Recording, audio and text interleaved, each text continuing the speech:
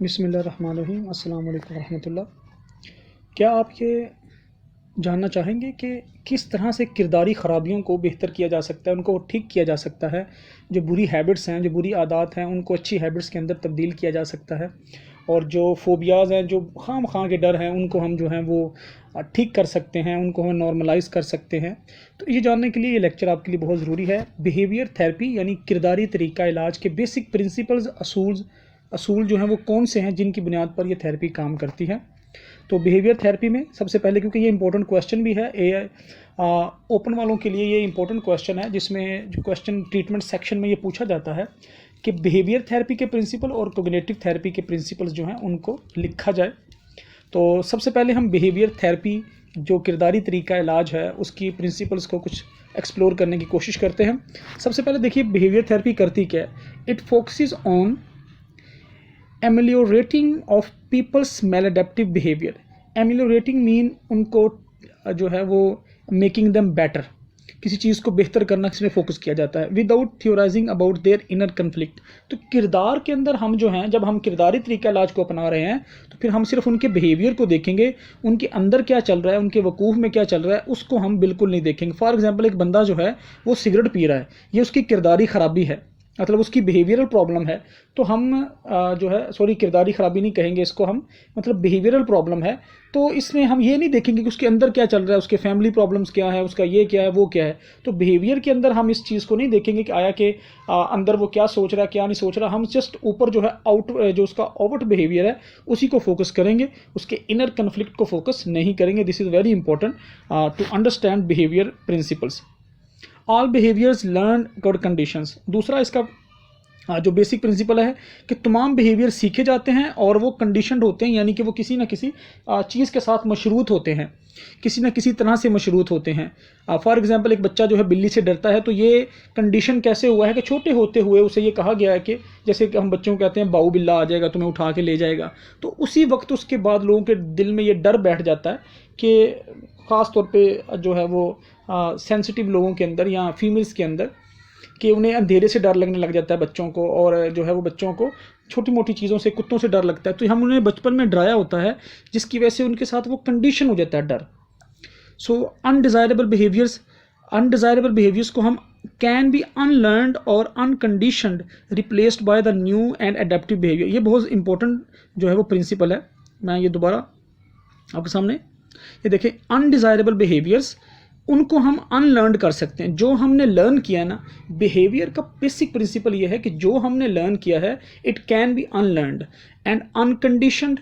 So whatever we have learned can be unlearned and unconditioned by replacing the new adaptive behaviours. तो ख़राब behaviour को हमने जो learn किया हुआ है उसको हम अनलर्न करके अच्छे बिहेवियर जो है वो सीख भी सकते हैं। अच्छा, दूसरी चीज़ है इसमें जो प्रिंसिपल है, behaviour therapy is based on the learning theories like classical conditioning and operant conditioning. ये भी दो क्लासिकल कंडीशनिंग और जो है ऑपरेंट कंडीशनिंग, ये हमारे पास मॉडल है लर्निंग के। ये क्लासिकल कंडीशनिंग है, देखिए इसको, ये आइवन पेवलोव की एक जो है वो क्लासिकल कंडीशनिंग थी, क्लासिकल कंडीशनिंग की थीरी है, जिसमें बहुत ही आसान तरीके से उसने बताया कि किस तरह हमारे बिहेवियर जो हैं वो कंडीशनड हो जाते हैं।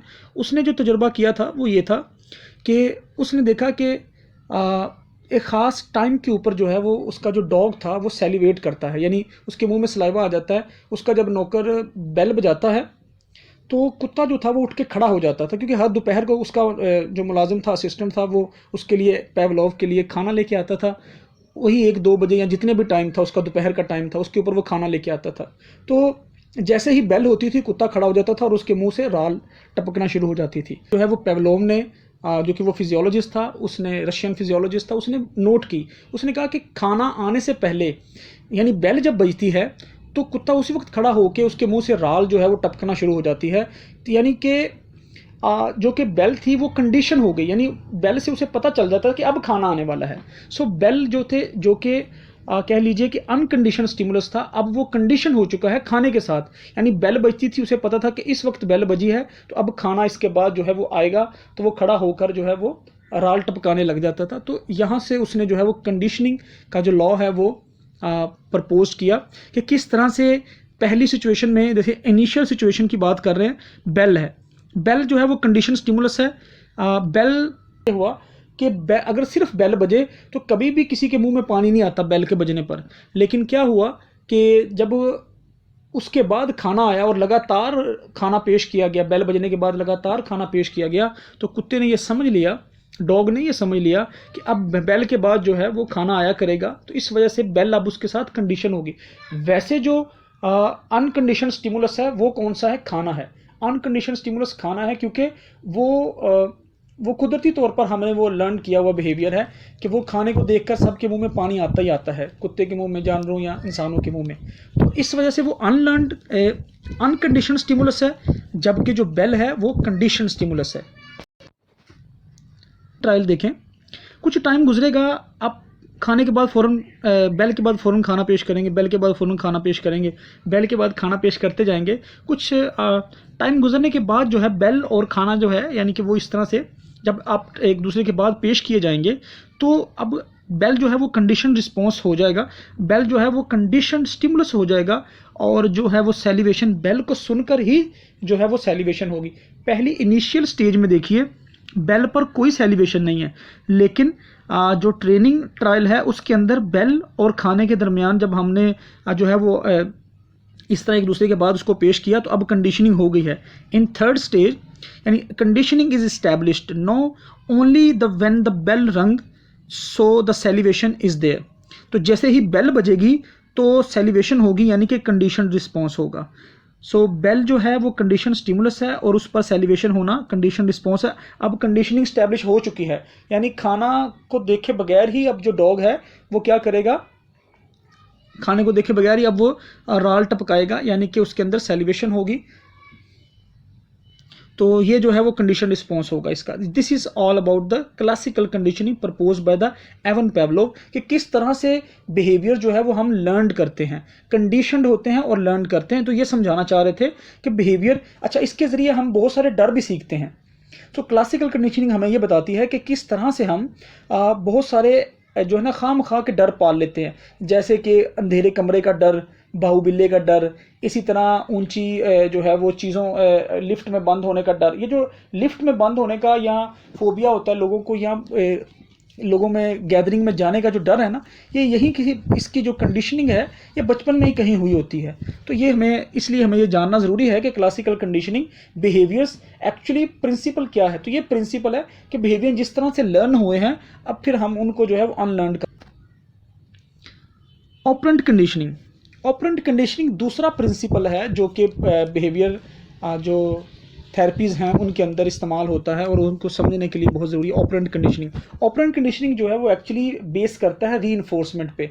रीइंफोर्समेंट यानी इनाम कह लीजिए आप, कि आप जब ये देखिए यहाँ पे एक लग रहा है, ये एक चूहा है, ये चूहा है, इसके पास एक लीवर पड़ा हुआ है और खाना और फूड और वाटर डिस्पेंसर है। अब ये होगा क्या कि जैसे ही ये इसको लीवर को प्रेस करेगा तो इसको खाना मिलेगा या पानी मिलेगा।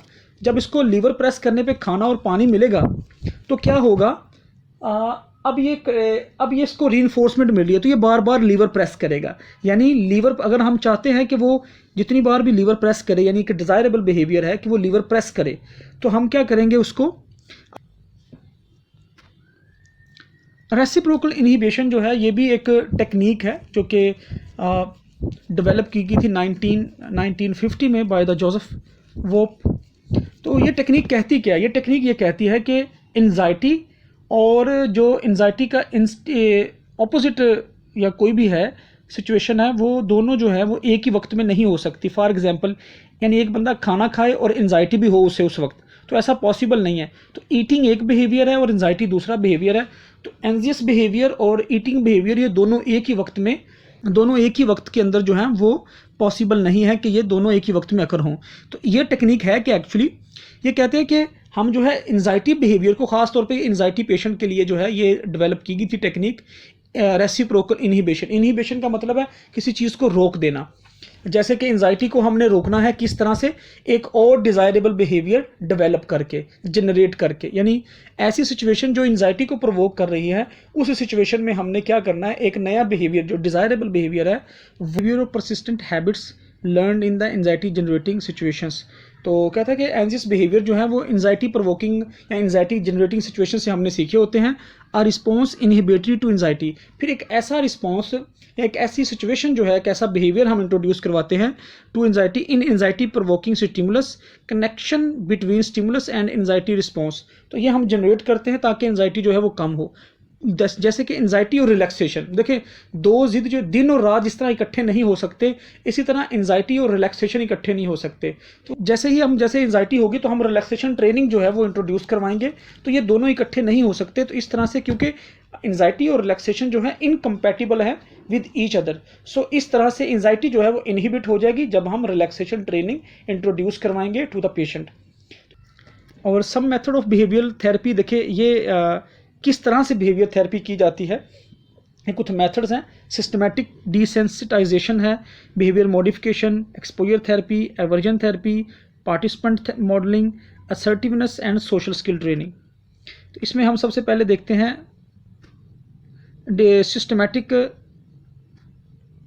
Systematic desensitization. सिस्टमैटिक डिसेंसिटाइजेशन ये काउंटर कंडीशनिंग इसका प्रिंसिपल है, उस पर बेस है। इसके 3 स्टेप्स हैं। पहली है रिलैक्सेशन ट्रेनिंग, जो है वो पेशेंट को या क्लाइंट को हम देंगे। उसके बाद हायरार्की सेट करेंगे और डिसेंसिटाइजेशन ऑफ स्टिमुलस करेंगे। फॉर एग्जांपल, एक बंदे को जो है वो फोबिया है कि वो लिफ्ट के अंदर नहीं जा सकता, तो इसकी सबसे पहले उसको रिलैक्सेशन ट्रेनिंग दी जाएगी। फिर उसके बाद उसकी हायरार्की बनाई जाएगी। हायरार्की जो होती है वो स्टेप बाय स्टेप जो है ना वो प्रोग्रेशन का नाम होता है। पहले हम ये करेंगे, जैसे पहले हम एक बंदे को जो लिफ्ट से डरता है उसे हम दूर से लिफ्ट दिखाएंगे, फिर उसे थोड़ा सा करीब ले जाएंगे, फिर थोड़ा सा उसे और करीब ले जाएंगे, फिर किसी काबिल एतमाद आदमी के पास उसे ले जाएंगे, उसे कहेंगे देखिए अब तुम्हें डर तो नहीं लग रहा। फिर हम उसको जिस पर उसे एतमाद है उसके साथ हम उसे बंद लिफ्ट में ओपन में हम उसे जो है लिफ्ट यानी कि अभी स्टार्ट नहीं होगी, हम उसे जो है वो ऑफ लिफ्ट के अंदर उसे खड़ा कर देंगे, डोर क्लोज ही रखेंगे, ओपन रखेंगे, कहेंगे कि अब देखो कैसी फीलिंग है। तो इस तरह से ये जो है ये हायरार्की है। इसके स्टेप्स जो है वो 9 बना लें, 12 बना लें, 15 बना लें, जितने मर्जी स्टेप्स आप बना लें। अगर फोबिया की ज़्यादा ही मतलब इंटेंस और एक्सट्रीम किस्म का है तो स्टेप्स ज़्यादा भी किए जा सकते हैं। तो ये होती है हायरार्की। फिर उसके बाद है डिसेंसिटाइजेशन ऑफ द स्टिमुलस। तो फिर है स्टिमुलस के आहिस्ता आहिस्ता उसे, जैसे कि किसी आदमी को कुत्ते से डर है, ये कुत्ते से फोबिया है, कुत्ते के सामने या उसका ना, पहले हम उसे जो है वो दूर से कहीं कुत्ता दिखाते हैं हम उसे, फिर उस कुत्ते को थोड़ा सा करीब ले आते हैं, उसकी पिक्चर दिखाते हैं, फिर उसके बारे में वैसे ही कोई बात करते हैं। फिर यानी हम जो है उसकी डिसेंसिटाइजेशन करते हैं उस स्टिमुलस की, यानी वो जितना सेंसिटिव था उसका नाम सुन के वो सेंसिटिव हो जाता था, तो हम उसको डिसेंसिटाइज करते हैं। तो फिर है ये काम किसके लिए की जा सकती है, किसके लिए इस्तेमाल करते हैं, ये देखिए सिस्टमैटिक डिसेंसिटाइजेशन जो है फोबियाज के लिए, ऑब्सेशंस, कंपल्शंस और सर्टन सेक्सुअल डिसऑर्डर्स के लिए भी इसको इस्तेमाल किया जाता है। हायरार्की कंस्ट्रक्शन, सिस्टमैटिक डिसेंसिटाइजेशन, ये आप देख सकते हैं कि कितने हायरार्की किस तरह बने। Looking at the picture of the dog in the children's toy, ये जैसे मैंने बताया अगर कुत्ते से डर लगता है। Seeing a poodle on a lead, अपने रास्ते में किसी पुडल एक कुत्ते की किस्म होती है, ख़ास किस्म का एक कुत्ता होता है, उसको अपने रास्ते में देखना। 10 yards अवे यानी 10 यार्ड का फासले से देखना, फिर थोड़ा सा आगे चले जाना, फिर 5 यार्ड के फासले पे देखना, फिर पासिंग बाय, फिर उसके पास से गुजर जाना। तो इस तरह से ये हायरार्की बनाते हैं हम। Touching a puppy behind a wire mesh in the market, looking at the neighbours spaniel Kim held in the arms of its mistress, touching Kim when the dog is quiet and held in the arms of its mistress, अगर औरत ने मालकर ने अगर उसको उठाया हुआ तब उसको टच करना। तो ये डिफरेंट स्टेप्स हैं, जैसे फिर आगे चलते जाएं तो डॉग फाइटिंग को देखना। फिर है रिलैक्सेशन ट्रेनिंग। रिलैक्सेशन ट्रेनिंग में physiological effects opposite Dooj of anxiety, physiological effect opposite Dooj of anxiety, यानी हम उसे ब्रीदिंग करवाते हैं, ब्रीदिंग, प्रोग्रेसिव मस्कुलर रिलैक्सेशन करवाते हैं, हिप्नोसिस है, मेंटल इमेजिनरी है, योगा, ज़ेन, ये तमाम चीज़ें रिलैक्सेशन ट्रेनिंग्स में आती हैं। Desensitisation, proceed systematically through the list from the least to the most anxiety provoking scene while in the deeply relaxed state. So वही बात है कि सबसे ख़तरनाक सिचुएशन में अगर कोई मतलब है तो लीस्ट से हमने जाना है, जैसे दूर से देखना है, तो कम खतरनाक सिचुएशन से शुरू करते हुए हमने उसके पास स्टिमुलस जो एंजाइटी प्रोवोकिंग स्टिमुलस है उसके पास जाते जाना है। Okay, can vividly imagine the most anxiety provoking scene, उसे इमेजिन भी करवाया जा सकता है। Experience little anxiety in the corresponding real life situation. Okay जी, बिहेवियर मॉडिफिकेशन टेक्निक है। अब जो डिज़ायरेबल बिहेवियर है हमने उनको मॉडिफाई करना है, या जो मेल एडेप्टिव बिहेवियर्स हैं उनको मॉडिफाई करना है, जो डिज़ायरेबल है उनको हमने जो है वो मेंटेन करना है। तो रीइंफोर्समेंट एक बेस्ट मेथड है। रीइंफोर्समेंट यानी जैसे किसी को इनाम दिया जाता है उसमें, ताकि वो बिहेवियर जो है उसका स्ट्रेंथन हो, based on the operant conditioning and human behaviors learning and extinction according to the balance between the reward and the punishment। extinction होता है किसी बिहेवियर का ख़त्म हो जाना, जब काफ़ी देर तक उसको किया ना जाए तो वो ख़त्म हो जाता है, और जो डिज़ायरेबल बिहेवियर होते हैं वो जो है वो स्ट्रेंथन होते हैं बाय रिवार्ड, एंड जो अनडिज़ायरेबल बिहेवियर होते हैं उनको हम एक्सटिंक्ट करते हैं बाय पनिशमेंट। उसे हम नेगेटिव रिइंफोर्समेंट और पनिशमेंट जो है वो दोनों तरीके यूज़ किए जाते हैं। Reward behaviour be strengthen and occur more frequently, जिन बिहेवियर्स को हम रिवार्ड किया जाएगा वो ज़्यादा मजबूत होंगे और वो बार बार होंगे। टोकन इकोनॉमी एक ऐसा मेथड है जिसमें हम बिहेवियर्स को जो है वो स्ट्रेंथन करने के लिए ये टेक्निक यूज़ करते हैं, और ख़ास तौर पे शिज़ोफ्रेनिक, जिन्हें हम मतलब डेल्मा है कि हम उन्हें पागल कहते हैं लेकिन वो शिज़ोफ्रेनिक पेशेंट होते हैं, उनको हम जो है ये टोकन इकोनॉमी जो है उनके लिए यूज़ करते हैं। Effect of the reinforcement positive और नेगेटिव रीइंफोर्समेंट होती है। इरेगुलर, अनप्रडिक्टेबल, रेगुलर और प्रेडिक्टेबल, ये रीइंफोर्समेंट के शेड्यूल और पैटर्न्स हैं। एक्सपोजर थेरेपी है, जैसे कि इसके नाम से शो होता है exposure, grade exposure, no relaxation training, इसमें कोई भी ज़रूरत नहीं होती है, रियल लाइफ कॉन्टेक्स्ट है, जो है हमारा आमना सामना होगा। फ्लडिंग जो है ये कुछ और तरह की है। फ्लडिंग में अचानक जो है ना वो हम उसको एक्सपोज करवाते हैं। Escaping from an anxiety provoking experience reinforces the anxiety through the conditioning हुई होती है। फिर नो सिस्टमेटिक डिसेंसिटाइजेशन, फ्लडिंग के अंदर इसकी ज़रूरत नहीं होती है। Graded exposure relaxation training, experience fear gradually subside calm and feeling a sense of mastery. तो फ्लडिंग के अंदर जो है वो क्या करते हैं हम कि बंदे को बार बार एक्सपोजर होता है स्टिमुलस के साथ, एंजाइटी प्रोवोकिंग स्टिमुलस के साथ, तो वो जो है उसको अपने सेंसेस को, अपने नर्व्स को कंट्रोल करने का मौका मिलता है, और वो उसकी अपनी फीलिंग्स के ऊपर जो है वो मास्टरी हासिल कर लेता है। Implosion variant of the flooding, ये वेरिएंट ऑफ द फ्लडिंग ही है, यानी उसकी दूसरी टाइप कह लीजिए। Only in the imagination not in the real life. तो इम्प्लॉयन में सिर्फ रियल लाइफ में हम अगर कोई किसी को कुत्ते से डरा है तो हम उसे इमेजिनेशन में हम उसको जो है वो दिखाएंगे, उसको कहेंगे कि कुत्ते को पकड़ो, कुत्ते के पास देखो, इसे दूर से देखो, इमेजिनेशन के अंदर। अवर्जन थेरेपी है, ये भी बिहेवियर थेरेपी की किस्म है। इसमें क्या करते हैं कि specific behaviour responses immediately noxious stimulus यानी पनिशमेंट और रिस्पॉन्स, ऐसे ये नोजियस स्टिमुलस हैं वो कौन से हैं, लाइक ऐसे स्टिमुलस जो अनडिज़ायरेबल जो है वो स्टिमुलस हैं।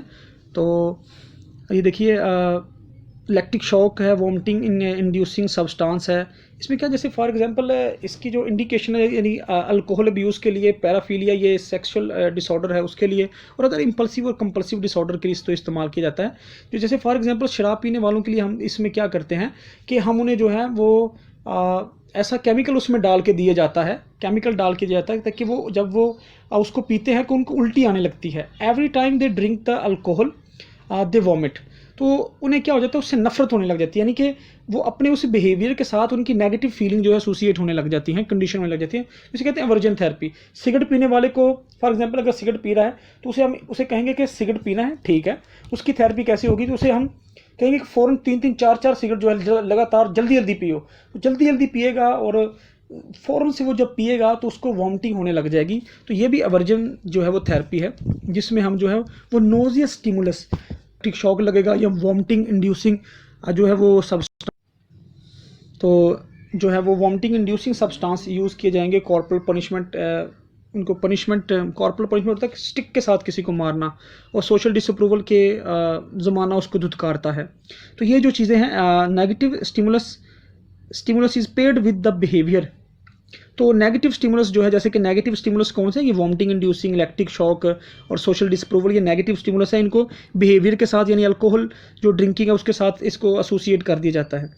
But the effects are still controversial, लेकिन इसके फ़ायदेमंद होने का भी जो है वो इतना ज़्यादा जो है वो प्रूव नहीं मिलते।